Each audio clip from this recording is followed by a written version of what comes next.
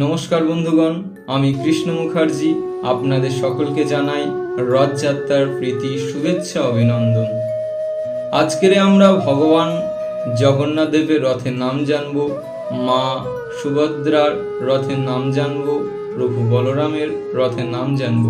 এই রথের উচ্চতা বা কতই ছিল, এই রথ যে দড়ি দিয়ে টানা হয় সেই দড়িটির নাম কি, এই রথের সারথি কারা কারা ছিল এবং এই রথ কতগুলি কাঠ দিয়ে নির্মিত হয়েছে তা আমরা বিস্তারিত আলোচনা করব। মধ্যপ্রদেশের মালবা নামক এক রাজ্যের রাজা ছিলেন রাজা ইন্দ্রদুম্ন। রাজা ইন্দ্রদুম্ন নারায়ণ ভক্তি পরায়ণ ছিলেন। তার রাজ্যের সকল প্রজা হাসি খুশি থাকতেন। তিনি প্রতিদিন দরিদ্র নারায়ণ সেবা করাতেন এবং অসহায় মানুষদের পাশে দাঁড়াতেন এক পিতার মতো। সেই রাজ্যে এক সন্ন্যাসী ভ্রমণ করতে আসে। তিনি রাজার সেবা এবং নারায়ণ ভক্তি স্বরূপ দেখে সন্তুষ্ট হলেন। সন্ন্যাসী বললেন, হে রাজেন, তুমি কি নীলমাধবের দিব্য রূপ সম্পর্কে জানো? উড়িষ্যাতে ভগবানের স্বরূপ নীলমাধবকে পূজা করা হয়।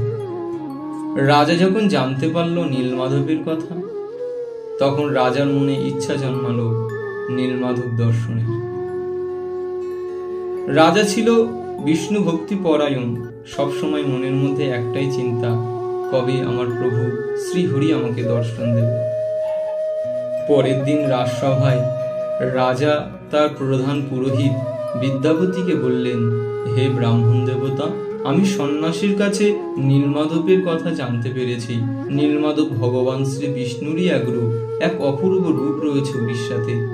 তুমি যাও, গিয়ে খোঁজ খবর নাও এই নীলমাধবের কথা কি এবং তার মাহাত্ম্য বিশেষ কি। বিদ্যাপতি রাজার অনুরোধে তিনি চলে যায় উড়িষ্যাতে। উড়িষ্যাতে আসার পর বিদ্যাপতি গুপ্তচরের মাধ্যমে জানতে পারল কিছু শবর জাতির মানুষ এই নীলমাধবের পূজা করে। এই নীলমাধব অবস্থিত একটি পাহাড়ের গুহাতে এবং খুব গোপনভাবে নীলমাধবের পূজা করা হয়। এই রাস্তা সহজে যাওয়া যায় না। শবর জাতির রাজা ছিল বিশ্ব বসু।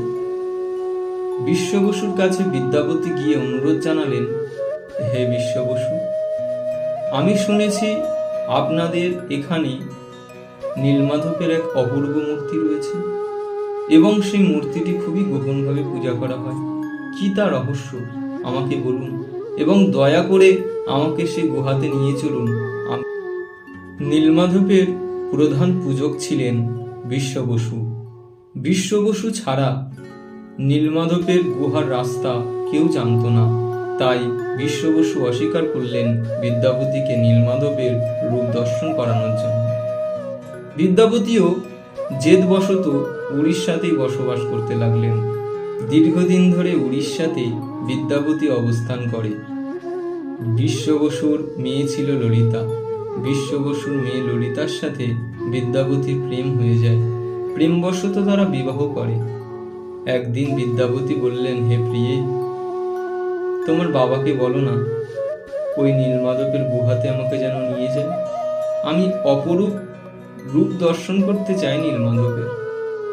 যেহেতু বিদ্যাপতি এখন বিশ্ব বসুর জামাই, তাই নিজের মেয়ের অনুরোধে নিজের জামাইকে নিয়ে গেল ওই গুহাতে, যে গুহাতে নীলমাধব অবস্থান করছে।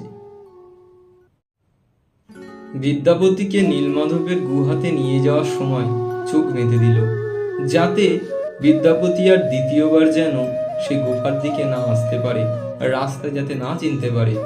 বিদ্যাপতিও পণ্ডিত মানুষ ছিলেন, খুবই বিচক্ষণ ছিলেন। তিনি সর্ষে ছড়াতে ছড়াতে চলে গেলেন।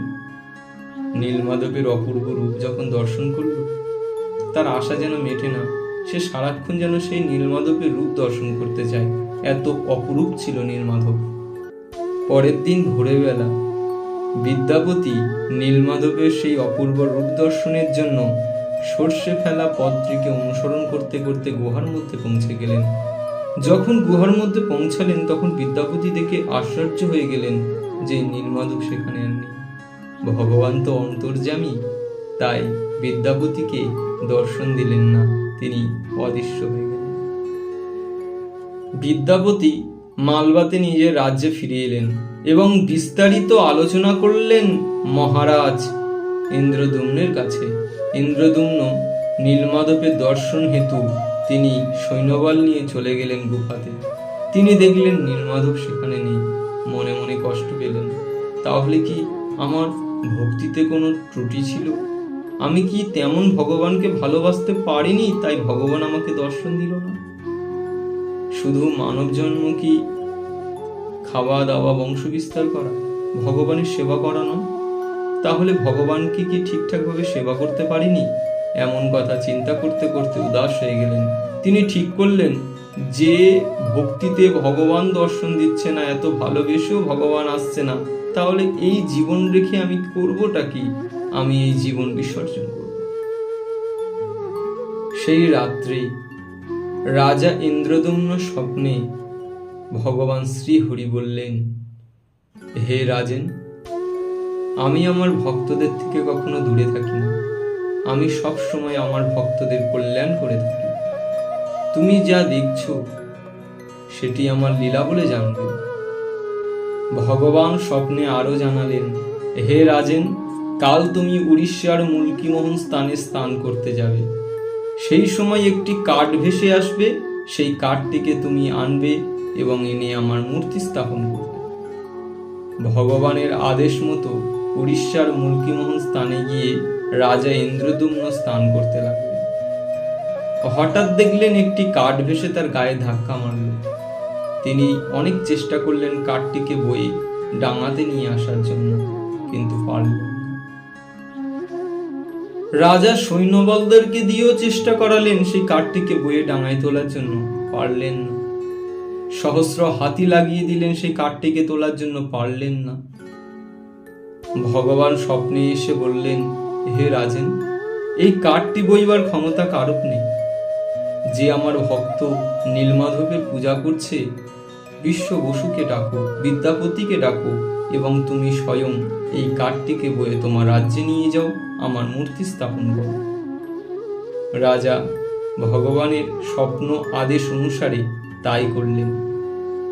বিদ্যাপতি, বিশ্ব বসু এবং স্বয়ং রাজা ওই কাঠটিকে উদ্ধার করে রাজ্যে নিয়ে এলেন এবং রাজ্যের সব থেকে ভালো কারিগরদেরকে বললেন, মূর্তি স্থাপন হবে ভগবানের।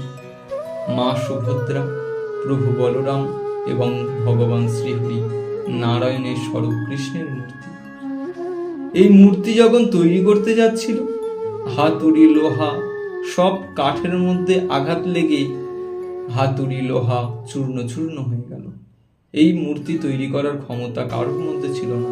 সবাই অবাক হয়ে গেলেন যে কাঠে লোহার দণ্ডটি ঘা মারার কারণে হাতুড়িও ভেঙে যাচ্ছে আর লোহার দণ্ডটিও ভেঙে যাচ্ছে।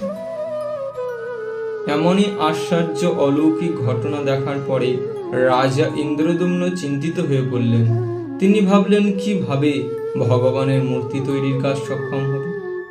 এমন সময় বিশ্বকর্মা ভগবানের আদেশ অনুসারে ব্রাহ্মণের বেশ ধরে রাজা ইন্দ্রদ্যুম্নের কাছে এসে বললেন, এই মূর্তি একমাত্র আমি তৈরি করতে পারি। রাজা ইন্দ্রদ্যুম্ন খুশি হলেন এবং বৃদ্ধ ব্রাহ্মণকে বললেন, হে ব্রাহ্মণ দেবতা, এই মূর্তি তৈরি করার জন্য আপনাকে কি কি সাহায্য লাগবে বলুন, আমি সেই সকল সাহায্যগুলো আপনার সামনে উপস্থিত করব। ব্রাহ্মণ বেশে প্রভু বিশ্বকর্মা বললেন, হে রাজেন, এই মূর্তি তৈরি করতে আমার 21 দিন সময় লাগবে। যতদিন না পর্যন্ত এই মূর্তি তৈরি হচ্ছে ততদিন পর্যন্ত এই ঘরের দরজা বন্ধ থাকবে এবং কেউ যেন 21 দিনের আগে এই দরজা না খোলে। রাজেন আশ্চর্য হলেন এবং ব্রাহ্মণ দেবতার কথা মেনে নিলেন এবং একটি ঘর দিয়ে দিলেন মূর্তি তৈরি করার জন্য। মূর্তির কাজ যখন শুরু হয় তখন রাজা ইন্দ্রদ্যুম্ন ওই ঘরের দরজার সামনে প্রতিদিন দাঁড়িয়ে থাকতেন। দিনের পরে দিন যায়, কিন্তু ব্রাহ্মণ দেবতা ঘরের মধ্যে মূর্তি তৈরি করার জন্য প্রবেশ করলেন। ওই মূর্তি তৈরি করার তো কোনো শব্দ আসছে না। তিনি চিন্তিত হয়ে পড়লেন, ব্রাহ্মণ দেবতা অসুস্থ হয়ে যায়নি তো, কোনো বিঘ্ন আসেনি তো। রাজা দুশ্চিন্তায় 14 দিনের মাথায় 15তম দিনে ওই ঘরের দরজাটি খুলে দিলেন এবং দেখলেন যে বৃদ্ধ ব্রাহ্মণ সেখানে নেই, অসম্পূর্ণ মূর্তি তৈরি হয়ে আছে। এই অসম্পূর্ণ মূর্তিকে দেখে রাজা ইন্দ্রদম্ন চোখে জল চলে এলো। তিনি তখন কাঁদতে লাগলেন যে আমি কি বড় ভুল করলাম, আমি ব্রাহ্মণ বেশে ভগবানকে চিনতে পারলাম না, আমার মূর্তি সম্পূর্ণ হলো না, অসম্পূর্ণ হয়ে গেল। সেই দিন রাত্রে শ্রীহরি বিষ্ণু রাজা ইন্দ্রদম্ন স্বপ্নে এসে বললেন, হে রাজেন, আমি বিশ্বকর্মাকে পাঠিয়েছিলাম এই মূর্তি নির্মাণ করার জন্য, কিন্তু 21 দিন পূর্ণ না হয় তুমি দরজা খুলে দিলে আর মূর্তিটি অসম্পূর্ণ হয়ে গেল। যেহেতু তুমি আমার ভক্ত, এই অসম্পূর্ণ রূপেই আমাকে জগৎ পূজা করবে, যুগ যুগ ধরে আমি পূজা পাব। ভগবান শ্রীহরি বিষ্ণু রাজা ইন্দ্রদম্নকে আরো বললেন, হে রাজেন, গঞ্জিকা মন্দিরে এই মূর্তি পূজা করো এবং একটি দিব্য মন্দির স্থাপন করো। সেই মন্দিরে সুভদ্রা, বলরাম এবং আমি জগন্নাথ রূপেই প্রতিষ্ঠিত হব। ভগবানের আদেশ অনুসারে গঞ্জিকা মন্দিরে মহাবেদী নির্মাণ করে মহাযজ্ঞ আদি অনুষ্ঠানের মাধ্যমে ভগবান জগন্নাথ, প্রভু বলরাম এবং মা সুভদ্রার মূর্তি স্থাপন করা হল। পুরীধামের দিব্য মন্দিরে প্রভু জগন্নাথ দেব, মা সুভদ্রা, বলরাম প্রভুর মূর্তি পূজা অর্চনার মাধ্যমে ভক্তি সহকারে স্থাপন করার পরে ভগবানের আদেশ অনুসারে বিদ্যাপতির প্রথম পক্ষের স্ত্রীর সন্তানেরা তারা ভগবানের সেবা কার্যে নিয়োজিত থাকবে। বিদ্যাপতির দ্বিতীয় স্ত্রী অর্থাৎ ললিতা সন্তানেরা তারা ভগবানের রান্নাঘরে ভগবানের 56 ভোগ তৈরি করার কাজে নিয়োজিত থাকবে। বিশ্ব বসু ভগবানের ভক্ত ছিল, তাই বিশ্ব বসুর বংশধরেরা নীলমাধবের পূজা করবে। এমনই ভগবানের আদেশ, সেই অনুসারে কালক্রমে সে নিয়ম পালন করা হয়। বন্ধুগণ, আজকে শুভ রথযাত্রা। জগন্নাথ দেবের রথের নাম হলো নন্দীঘোষ, সুভদ্রা মায়ের রথের নাম হলো দুয়ারপালনা, বলরাম প্রভুর রথের নাম হলো কালধ্বজা। ভগবান জগন্নাথ দেবের রথের উচ্চতা 40.4 ফুট, সুভদ্রা মায়ের রথের উচ্চতা 42 ফুট, বলরাম প্রভুর রথের উচ্চতা 43 ফুট। জগন্নাথ প্রভুর রথের সারথীর নাম দারুক, সুভদ্রা মায়ের রথের সারথীর নাম অর্জুন, বলরাম প্রভুর রথের সারথীর নাম মাদিলা। জগন্নাথ প্রভুর রথকে টেনে নিয়ে যায় যে দড়ির মাধ্যমে, সেই দড়ির নাম হলো শঙ্খচূড় নাগিনী।